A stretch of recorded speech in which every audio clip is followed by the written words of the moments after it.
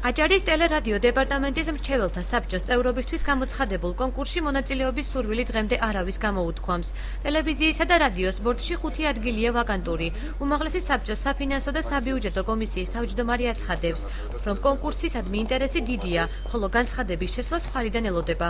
განცხადების მიღება უკვე დაწყებულია. ძირითადი მოთხოვნა ეს არის 10 წლიანი სამუშაო გამოცდილება, აქედან 5 წელი მაინც ჟურნალისტიკაში, ტელევიზიაში ან სამეცნიერო პედაგოგიური მუშაობა. 10 კაცმა დარეკა, რომლებიც არიან საკმაოდ ცნობილი სახეები ბათუმში, ცნობილი საზოგადო მოღვაწეები, რომელთაც აქვს სურვილი რომ იყვნენ ამ ბორდში, მოიკითხეს პირობები და უკვე ამ დღეებში განცხადება შემოიტანა. ფრაქციები 3 კაციდან თითო კაც აირჩევენ წარმოადგენენ მოსახლეობაზე. მრავლესობის ხმებით თითოეული ადამიანი აირჩევა ბორდში, 5 ადამიანი აირჩევა ბორდში. მაუწყებლობის შესახებ კანონში ცვლილებები ნაჩქარევად მიიღეს.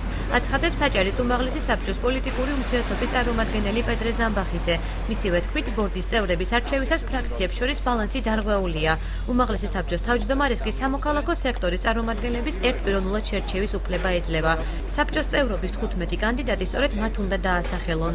სამწუხაროდ ძალიან ნაჩქარევად იქნა თავის დროზე მიღებული მაუწყებლობის შესახებ საქართველოს კანონში ცვლილებები, არ იქნა გათვალისწინებული ჩვენი მოსახლეობის ინტერესები, ასევე არ იქნა გათვალისწინებული არასამთავრობო სექტორის პოზიცია. სამწუხაროა, მაგრამ ნაჩქარევად იქნა მიღებული გადაწყვეტილება. მე ვფიქრობ, ეს იმიტომ, რომ მომხდარი იყო, რაც შეიძლება მალე, ესე ვთქვათ, გავლენის მოხდენა ტელევიზიაზე და დღეს ჩვენ გვაქვს ვითარება, როცა შეიძლება ითქვას, რომ 5 წევრიან მრჩეველთა საბჭოში ბალანსი არის დარღვეული. ტელერადიო აჭარის მრჩეველთა საბჭოს წევრების არჩევის პროცესს აკვირდება დემოკრატიის ინსტიტუტი. არჩილ ხახუტაიშვილის განცხადებით, ამ ეტაპზე ორგანიზაცია მონიტორინგს აწარმოებს, რომლის შედეგებიც უახლოეს დღეებში გახდება ცნობილი.